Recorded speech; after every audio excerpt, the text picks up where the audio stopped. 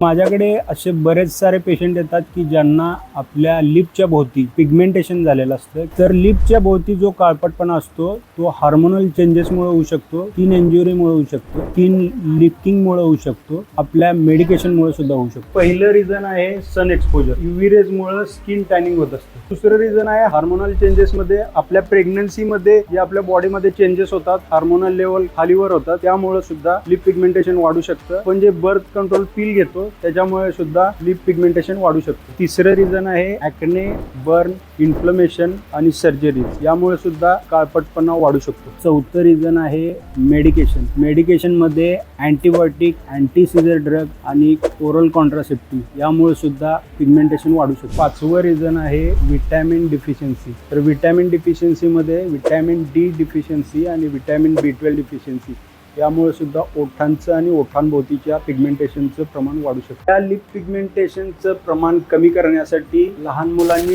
ओठ चावायचे नाही आहेत. ओठ चावल्यामुळे पिगमेंटेशन वाढू शकतं. टूथपेस्ट कंटेनिंग फ्लोराईड जे असतं त्याचा वापर करायचा नाही आहे, त्यामुळे सुद्धा लिप पिगमेंटेशन होतं. ज्या फेस वॉशमध्ये सोडियम लॉरेल सल्फेट असतं ते सुद्धा आपण वापरायचं नाही आहे, त्यामुळे सुद्धा पिगमेंटेशन वाढू शकतं. आणि लिपचं सारखं रबिंग करायचं नाही आहे, वॉशिंग करायचं नाही आहे, त्यामुळे सुद्धा पिगमेंटेशन वाढू शकतं. आणि आपल्या डाएटमध्ये विटॅमिन डी आणि B12 याचं प्रमाण वाढवायचं आहे.